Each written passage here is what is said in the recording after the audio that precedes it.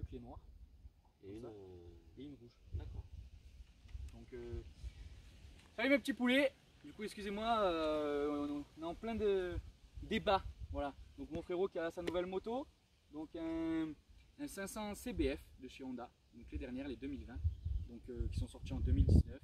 Et voilà, là c'est le modèle 2020. Il y a 2-3 détails qui changent. Donc première chose, déjà, je voulais m'excuser pour mon absence. Je sais pas comment expliquer ça. Je fais ma première vidéo, je dis qu'on va faire plein de choses et je suis pas là pendant un mois et demi même. En fait, comme vous pouvez le constater, il m'est arrivé une petite, je vais pas dire le mot que je pense parce que sinon ça va pas être publié sur YouTube. Il m'est arrivé une petite bricole et bon, pour faire court, en fait, j'allais faire des travaux donc dans ma nouvelle maison. J'étais bien content et j'avais récupéré un vieux fourgon, une espèce de petit express là, des phases 1 des années, je sais pas quand, la voiture elle avait 30 ans ou 40 ans, bref. Et en fait, ce qui s'est passé, c'est que le radiateur de chauffage dans la voiture a explosé, là où il y a le liquide de refroidissement. Ça s'est jamais vu. Moi, je travaille dans la mécanique, tout ça, donc tous mes collègues, tout ça, sont d'accord avec moi. Ça s'est jamais vu. C'est prévu pour exploser au niveau du moteur, du bloc, que ce soit au niveau du bouchon ou une durite. Mais voilà, bref. Et vu que c'est une très vieille voiture, il n'y a pas tous ces plastiques qui ont ces nouvelles voitures. Donc forcément, en fait, quand le radiateur de chauffage a explosé, j'ai tout pris dans les jambes. Et j'ai pris donc du liquide de refroidissement à 110 degrés. On adore. Voilà, on adore. Donc bien sûr en roulant, hein. Heureusement que je roulais pas vite. Bref. Donc j'ai toute la jambe brûlée. Donc pas mal d'hospitalisation. Je pensais que c'était pas grave, en fait ça a été quand même pas mal de complications. Et puis bon, l'autre jambe, mais qui a pas grand chose. Voilà, c'est vachement rouge. J'en ai un petit peu là, j'en ai eu un petit peu sur le ventre, un peu sur le bras, mais c'est pas grand chose. C'est surtout la jambe là. Donc bref. Donc voilà, je suis désolé de mon absence. Mais du coup, vous savez la raison du pourquoi et du comment. J'ai été un peu plus actif sur Insta, donc ajoutez-moi, Alpine Road Passion, hein, comme sur YouTube, sur Insta. Du coup, je suis un peu plus présent parce que je peux mettre des photos, je suis pas obligé de tourner une vidéo là, donc des photos, des petites vidéos, des trucs sympas. Donc voilà, et comme je peux enfin remarcher, bah, écoutez, je boite un peu, mais on va faire une petite vidéo. Donc du coup aujourd'hui, donc on est là pour mon frérot qui a donc sa nouvelle moto. Donc comme je disais, le 500 CBF de chez Honda. Donc pour moi, pour ma part, je trouve que Honda s'est inspiré de chez Yam, de la MT-07, part du moteur bicylindre, qui est notamment à première vue, on dirait le même. Bien sûr, il y a plein de choses qui changent, mais je veux dire, tu te tiens à 5 mètres, on dirait que c'est le même bloc. Donc c'est la petite sœur du 650 CBF, qui est bridable. Le 650 CBF en full, je ne saurais plus vous dire, je crois que... dites-moi en commentaire s'il y en a qui veulent, il n'y a pas de problème. Je crois que c'était 90 chevaux, je crois, c'était quelque chose comme ça, en full, hein, en full, ouais. Le 650. Et bridable, pour les jeunes permis, en 47,5. Et en kilowattheure, pour ceux qui parlent en kilowattheure, c'est 35 kilowattheures. Donc celle-là, c'est sa petite sœur. Donc elle n'est pas bridable parce que de par son moteur, elle développe les 47 chevaux. Il y a le pot d'échappement forcément parce que c'est un pot d'échappement d'origine qui la bride, donc on va faire le tour, hein. Mais sinon elle fait 47 chevaux, c'est la petite sœur, c'est le 500. Voilà, donc qu'est-ce que je pourrais dire de plus? Ben, viens, approche-toi un peu, on va faire le tour. Donc toute la face avant, que ça soit clignotant, veilleuse, phare, plein phare, clignotant arrière, c'est tout du LED. Donc sur la 2020, ils ont fait un travail propre parce que c'est vrai que sur les anciennes, il fallait rajouter la petite option LED, donc acheter les clignotants, tout ça, et que Yamaha donc te posait. En général, quand tu as acheté une moto, c'est vrai qu'ils t'offraient quand même les clignotants quand tu achètes une moto neuve. Donc bicylindre comme je vous ai dit, donc le petit pot d'origine qu'on voit ici, notamment, donc qui va brider forcément la bécane, déjà niveau décibels et puis forcément le bloc. Donc c'est la première fois sur cette chaîne que je présente une moto, étant donné que j'ai fait qu'une vidéo. Donc au niveau freinage, donc frein avant, donc on est sur du Nifine en frein avant. Je crois que c'est du 4 pistons ici. Donc on est donc sur un étrier 4 pistons et un disque étoile, donc rétro-ventilé, comme toutes les bécanes, hein, elles ont toutes les trous. Mais j'ai été surpris parce qu'ils en ont mis qu'un. Je pensais qu'elle en aurait deux, ils en ont mis qu'un. Bon après donc ça reste un 500, donc il y en a largement assez je pense, notamment de l'efficacité de ces disques. J'en ai entendu que du bien, j'ai jamais eu l'occasion d'essayer cette machine. Bientôt, tout à fait. Là, je vous fais une petite présentation vite fait. Malheureusement, avec ma jambe, je ne pourrai pas vous faire la présentation avec la GoPro et vous dire ce que j'en pense. Ne vous inquiétez pas, d'ici un petit mois, ma jambe sera rétablie. Je ferai une partie 2. Donc, à laisser que ça soit voilà, dans une petite route sympa. Comme ça, il aura fini son rodage. On pourra un petit peu tirer dedans pour que les gens puissent se rendre compte de l'agilité de la moto, parce qu'elle doit être quand même assez légère vu que c'était un 500. Et du coup, notamment, elle doit mieux marcher qu'un 6,5 CBF qui est bridé, parce que forcément le 6,5 est plus lourd que le 500 si vous mettez les deux motos en 47 chevaux. Voilà. Donc du coup, bon, petit noir brillant. Brillant oui et non, parce que je trouve que dès que tu es à l'ombre, il est quand même vachement mat. Une très belle couleur. Petit noir mat, voilà. C'est l'option. C'est une option. Ah ouais. Voilà, d'accord. Donc voilà. je vais me casser la figure avec cette guibole. C'est vrai que je suis impressionné parce que c'est un noir mat, comme tu viens de me dire, c'est une option. Mais dès qu'on est au soleil, on voit quand même les paillettes.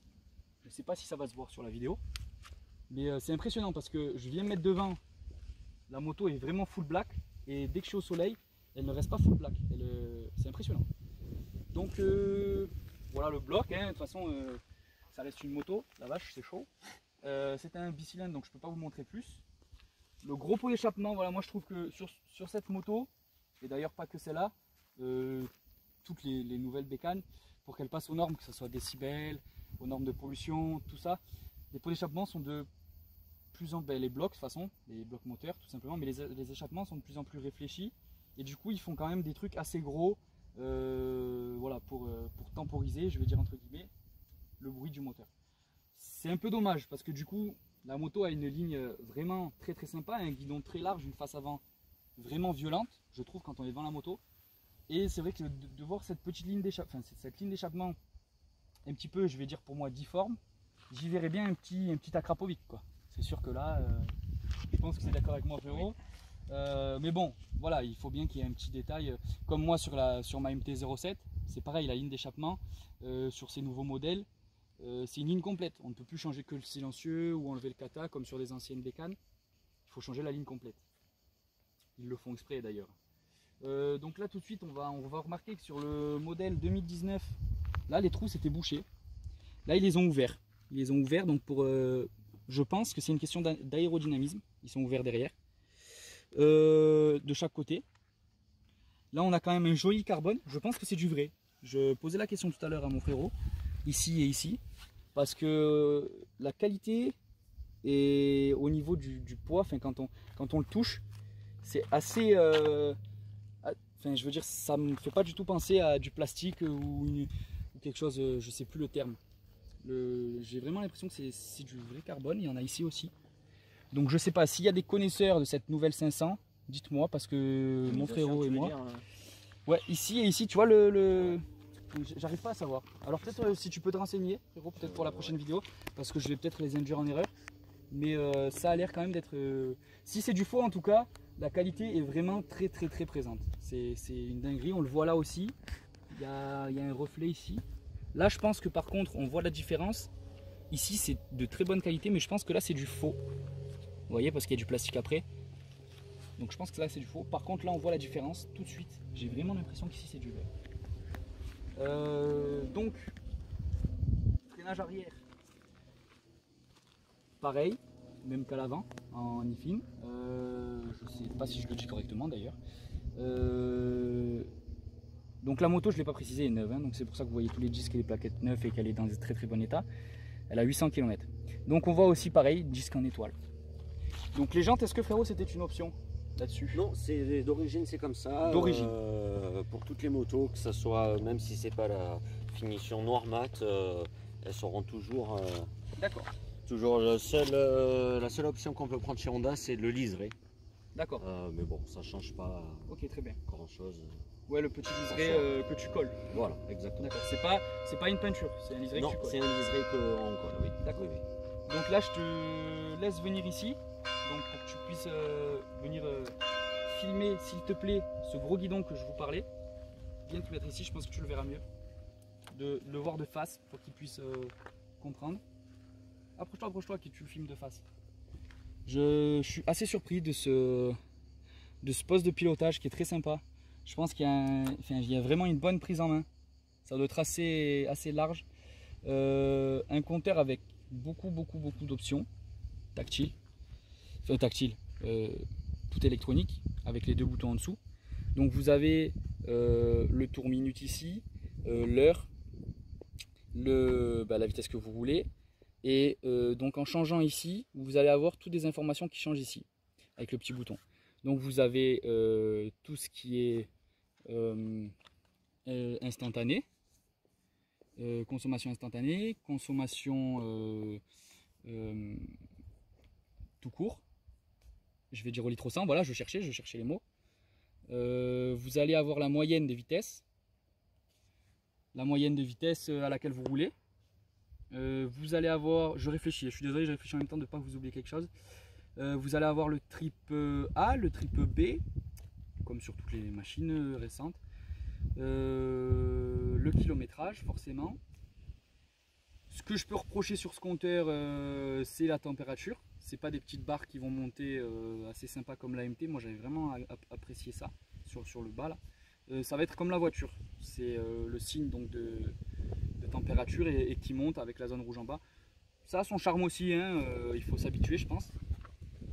Le compteur, je pense que voilà, après mon classique, hein, donc les feux, les pleins phares, tout ça, les commandos classiques. Donc mon collègue, moi je l'ai pas encore conduite cette machine, donc je peux pas vous donner mon avis. Mon collègue donc m'expliquait que ce que lui en fait, je suis désolé, le clocher fait les siennes. On va peut-être attendre 2 secondes.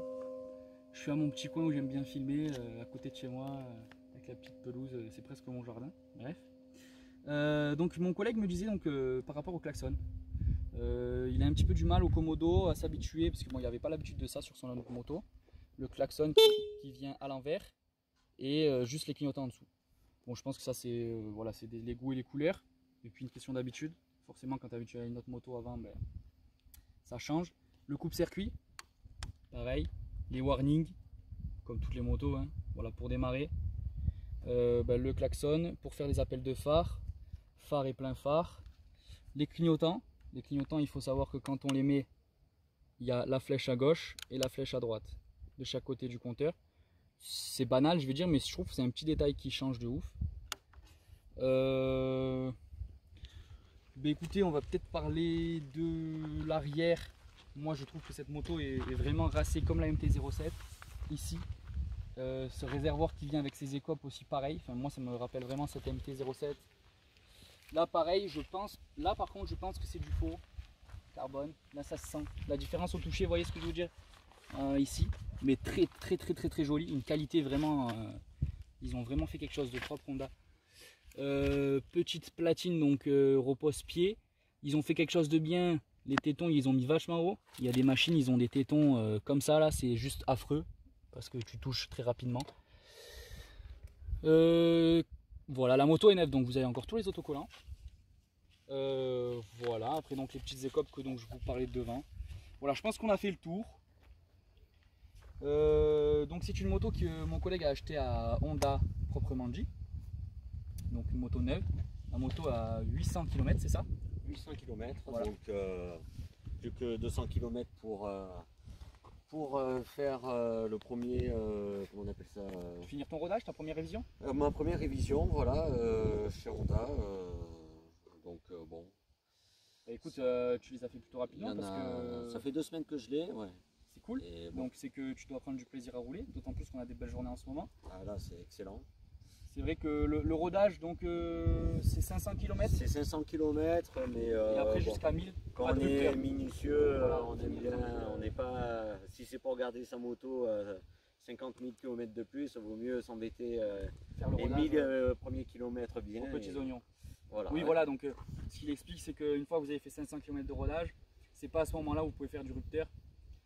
Moi je le vois comme ça étant mécanicien, on a la mentalité comme ça donc avec mes collègues.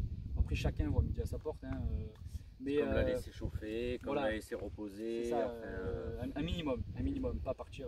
Voilà. C'est pas à 8 h du matin quand il fait 0 degré, démarrer, claquer ta vitesse et partir. Moi j'aime pas faire ça.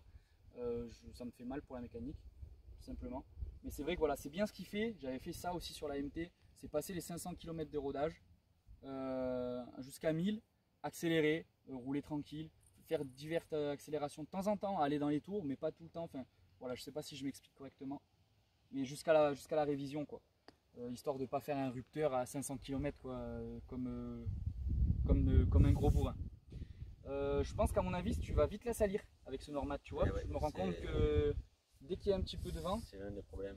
C'est très joli, c'est très joli full black, mais ça se salit très vite.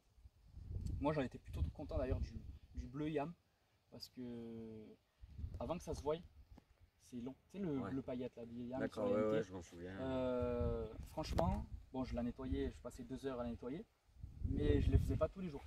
Alors que par exemple sur celle d'avant, le blanc que j'avais, le blanc Yam, là, le blanc nacré, je crois qu'ils appellent ça, je passais mon temps à la nettoyer. C'est comme ça suivant les couleurs. Moi ce que j'aime beaucoup là sur les têtes de fourche, je sais pas si tout à l'heure tu as pu le filmer, regarde, viens voir un petit peu s'il te plaît. J'aime beaucoup là, le bleu anodisé sur le haut des têtes fourches. Et qui du coup sont réglables. Voilà, tout à fait, avec le petit réglage qui est vraiment super sympa. J'ai remarqué de suite, j'ai vu la moto, c'est pas toutes les motos en permis A2 qui ont ça. Surtout parce que voilà, c'est une moto qui va rester en 47 chevaux. Ah oui. Donc c'est pas voilà. Moi c'est vrai que souvent je vois des mecs tu sais qui viennent d'avoir le permis et du coup ils achètent souvent des aides. J'ai remarqué. Alors, ouais. Moi je suis bon, après bon, je suis pro Yam personnellement, et si c'est pas Yam, c'est Honda. C'est un avis personnel. Acheter Kawa, très bien. C'est des très bonnes machines. De toute façon, à l'heure actuelle, toutes les machines sont très bien. C'est comme ça. Mais après, on a tous nos façons de conduire. La moto qui est plus fine, le poids, le ci, le là, suivant les marques, ça change pas mal. Donc, je remarque que souvent, les jeunes conducteurs achètent des aides. Donc, les Z, si je dis pas de bêtises, les Z800. Ou les Alors maintenant, il y a même la Z900 qui est bridable. Eh ben, tu vois, ça je ne le savais pas. Ou Z900E, je crois qu'ils appellent ça, mais c'est tout nouveau et effectivement beaucoup ont des aides. Et ça, tu vois, je savais même pas que les 900 ils avaient fait bridable. Moi, je trouve que c'est tout nouveau. Moi, c'est mon avis perso, encore une fois, ce que je donne. Ah oui, bien sûr. Je sais pas si on m'entend bien à la caméra, j'espère. C'est mon avis perso parce que je trouve qu'un Z, c'est très sur l'avant. L'avant est très lourd. Et forcément, plus tu vas monter en cylindrée, plus tu es lourd. Tu vas avoir un 500, ça va être plus léger qu'un 600. Et forcément, à chaque fois, enfin, c'est de la logique. Quand tu as un 800 bridé, eh ben, tu vois, quand tu as un Z800 à 47 chevaux, sorti d'une épingle, tu peux te faire un peu surprendre, je pense. Tu vois, par le poids, par le ci, par le là. Moi, j'ai eu des collègues qui en ont eu et enfin, tu peux te faire un petit peu surprendre. Après, comme je le dis, c'est pas une critique. Chacun roule comme il a envie de rouler. On est motards entre nous, on se respecte tous. Mais je pense que il vaut mieux partir sur des motos qui sont agiles, très fines et peut-être pas forcément débridables pour plus t'amuser pendant tes 2 ans d'A2. Pour le permis A2, ouais, voilà. Vaut mieux.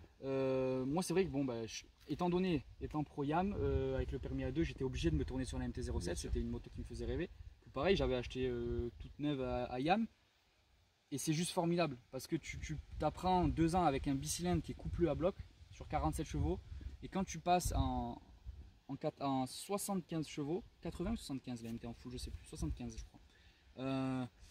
Tu te fais pas peur, mais tu vois la différence. C'est vraiment impressionnant. T'as pas la même moto, mais c'est pas comme si, je veux dire, enfin, je sais pas trop comment m'expliquer. Moi, je vois des personnes en A2 qui roulent à 47 chevaux et au bout de 2 ans, ils achètent un R1 et ils ont 180 chevaux sur la. Enfin, moi, personnellement, je trouve que c'est un peu délicat à gérer. Je pense qu'il faut avoir des étapes. Et c'est bien de commencer avec des motos assez fines, assez légères pour se faire plaisir. Bon bref, je vais arrêter mon mode, c'était mon coup de gueule, c'est le moment philosophique. Écoute Thomas, qu'est-ce que tu penses de cette bécane, toi qui as roulé avec? Je l'ai acheté tout simplement parce que c'est celle que utilisait la moto école. Et c'est vrai que j'en étais très fan, très fan. Okay. Ma monitrice de moto-école m'a conseillé beaucoup d'autres motos, mais ouais, c'est les goûts et les couleurs de toute manière. Ouais, t'as eu le coup de cœur, t'as roulé dessus, t'as kiffé. C'était elle, c'était pas parce que je la connaissais, enfin si, je la connaissais en plus, mais... oui, mais bon, c'est quand même un nouveau modèle, l'esthétique, voilà. T'as eu ton coup de cœur? J'ai eu mon coup de cœur et quand j'ai roulé une semaine avec, je suis retourné la voir, elle était contente pour moi. Et j'ai dit, par rapport à à celle que j'utilisais en moto-école. J'ai dit ça n'a rien à voir, on exploite beaucoup plus le moteur. Bien sûr en moto-école on ne va pas faire trop les fous. Oui, t'apprends, on apprend, on est surveillé, tout ça, et on va pas mettre des rupteurs toujours pareil, même si je ne l'ai pas fait. Mais... Oui, étant donné que tu es encore en... Et au final, si, on se fait quand même bien plaisir pour un 500, on se fait bien plaisir. T'en as assez. Moi, de toute manière, je suis passé d'un 50 à un 500, donc j'ai pu voir la différence. Voilà. Bon, après, la différence. Tu roulais pas en scooter non plus. Non, non, non. Il faut aussi préciser que tu roulais sur une TZR. Une TZR 2013, je crois. 12-13, voilà. C'était un peu les derniers modèles parce qu'il sort plus trop, parce que j'ai compris. Voilà. Donc tu avais quand même, bon, certes, vous allez me dire ça reste un 50, je suis d'accord avec vous, 100%, mais tu as quand même cette position plus moto qu'un scooter. Ah oui. Et forcément avec un châssis sportif qui est quand même un châssis qui était prévu, donc je veux dire c'est un châssis qui est surdimensionné et ils sont plus gros que certains 125. Tout à fait. Avec l'école que tu as pu faire, tu as pu avoir quand même une expérience qui t'a beaucoup aidé dans, le passage du permis, gros cube. Donc écoute, moi j'ai vraiment hâte. Je te dis pourquoi, parce que moi, mon moto école, quand je l'ai passé, donc ça fait bientôt 4 ans que j'ai le permis moto. Quand je l'ai passé, je l'ai passé sur des 650 CBR, donc sur la grande sœur. Et c'était juste magique. Quand on a fait la balade, tout ça, ils nous ont fait une balade. C'était magique, c'était mon premier 650 sur laquelle je roulais sur une route où j'avais le droit, quoi. Tu vois, on a tous eu, oui, il fait des choses, on n'a pas eu le droit, bon, mais c'était juste dingue, quoi, dans ma tête. Et j'en ai été très content parce que j'avais pas de défaut à lui dire. Et même sur la pluie, bon, les pneus jouent beaucoup forcément, mais une partie cycle très à l'aise. Moi, le jour du permis, je me souviens quand même sur les passages de plots, je veux dire, avoir quand même frotté le cale-pied sous la pluie. Vraiment un châssis monumental. Franchement, j'avais passé vraiment un apprentissage kiffant. Donc, j'ai vraiment hâte de voir sa petite sœur, parce que d'autant plus que, bon, même si sa petite sœur, c'est quand même le modèle 2020, donc je pense qu'il doit avoir encore de la technologie autre. Sûrement.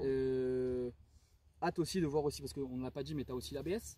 Donc aussi voir ce que donne l'ABS donc sur ce monodisque à l'avant, parce que du coup moi c'est vrai que je m'attendais à avoir 2 disques comme d'habitude.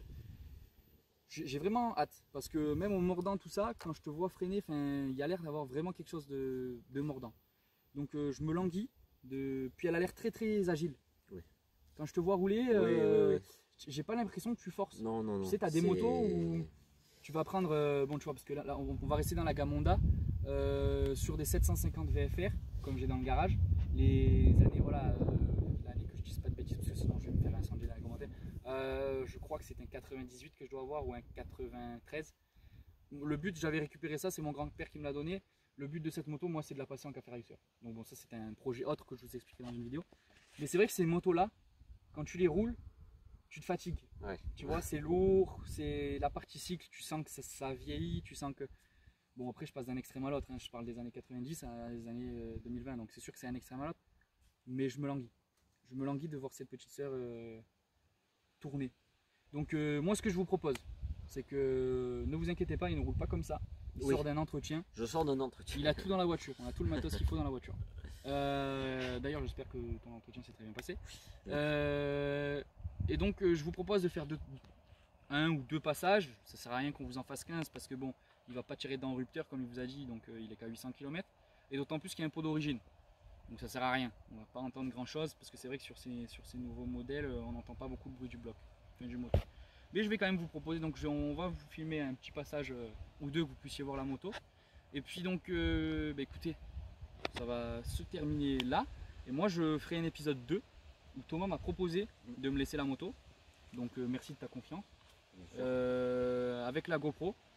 Pour aller donc l'essayer.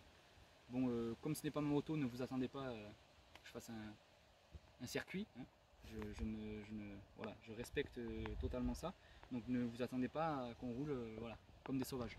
D'autant plus qu'on est sur route verte, donc on respecte. Mais voilà, que vous ayez un autre ressenti qu'à l'arrêt. Parce que là c'est bien beau de parler à l'arrêt. Mais que voilà, que vous puissiez voir ça à l'arrêt. Est-ce que tu peux quand même la démarrer, s'il te plaît Thomas? On va pouvoir la démarrer. Couper le contact, le remettre, tu sais, pour qu'il puisse voir. Hop, je vais prendre la caméra, je vais filmer un petit peu, ça fait longtemps que je n'ai pas filmé. Hop.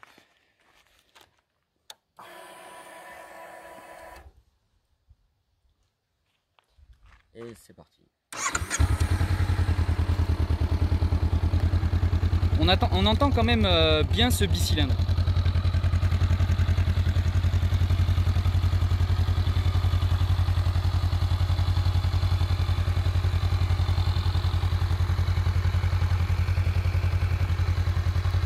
Donc je précise, la moto est chaude, hein, bien évidemment. Si tu peux nous mettre deux petits coups de gaz. Il y a des petits retours, mais pour l'origine c'est bien sympa. D'accord, alors même en origine tu as des petits retours. Ouais, petit, bon oui, c'est pas... mais il y a quelque chose. On entend. Je sais pas s'ils vont s'en rendre compte sur la vidéo. Voilà. Donc bah écoute, tiens, je te laisse la caméra. Hop. Je te laisse la couper si tu peux, Thomas. C'est vrai que je galère tellement avec ma jambe que j'espère que 5 secondes que j'ai pris la caméra, j'ai pas bousillé le boulot du caméraman. C'est pas évident de filmer une moto, c'est la première fois que je le fais. Donc je viens juste de commencer la page. N'oubliez pas les gars, mais petit à petit on va avoir du matos. J'ai du matos qui va arriver. Je vais avoir un stabilisateur, une petite caméra et une nouvelle GoPro si tout se passe bien. Laissez-moi un petit mois, voire 2 mois, le temps que la jambe ça aille mieux. Et tout ça devrait arriver. Donc je vous laisse, ce que je vous propose c'est que je vais vous laisser sur 2-3 petites images, 2 photos. Je vais vous prendre 2-3 photos et 2 passages donc avec mon ami Thomas. Et puis écoutez, moi je vous dis à bientôt pour d'autres aventures. Mais je vais même dire à tout de suite étant donné qu'on va se voir. À tout de suite et bientôt laisser. Voilà, bientôt laisser. Vous inquiétez pas. Voilà, où j'aurai la GoPro donc pour dire mon ressenti. Puis surtout n'oubliez pas mes petits poulets, de vous abonner, de mettre la petite cloche de notification, d'aimer la vidéo, mon Seigneur. Parce que si tu m'encourages pas, hein, je vais pas aller loin. Donc partagez, qu'on puisse se rencontrer, qu'on puisse avoir une petite communauté, ça serait génial. Et je vous dis à bientôt. Allez, topette!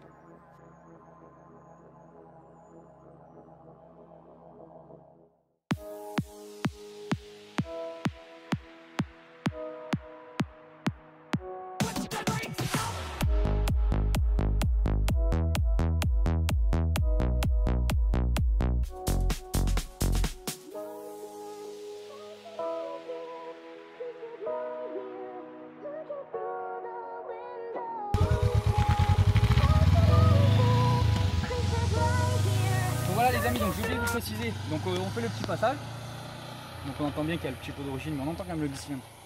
Donc elle fait, si je dis pas de bêtises, 189 kg tous les pleins faits, donc l'huile, l'essence, tout, si je dis pas de bêtises, donc pour les 47 chevaux.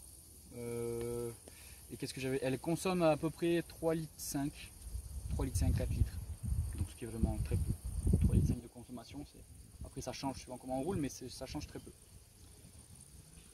Qu'est-ce que ah oui, je vais vous laisser regarder le petit passage et je vais vous parler aussi des petits autocollants que j'ai fait.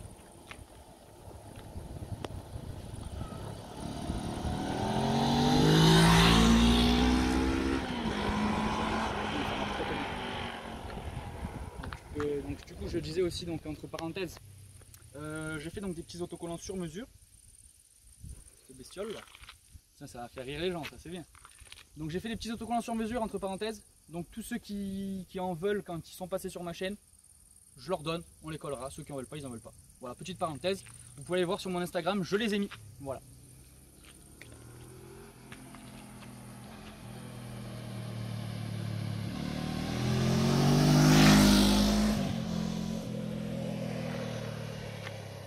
Très belle machine, très belle machine. On a entendu les petits pop-pof. À mon avis, bon, vous entendrez pas sur la vidéo parce que c'est un peu d'origine. Mais nous ici on les entend. Très sympa. Très belle machine, je suis très content et j'ai hâte que ma jambe ça aille mieux pour essayer cette machine. Mais écoutez mes petits poulets, je vous dis à bientôt pour d'autres vidéos. Comme je vous ai dit à l'instant, on aime, on s'abonne, la cloche de notification, on fait tout. Et puis à bientôt pour d'autres aventures.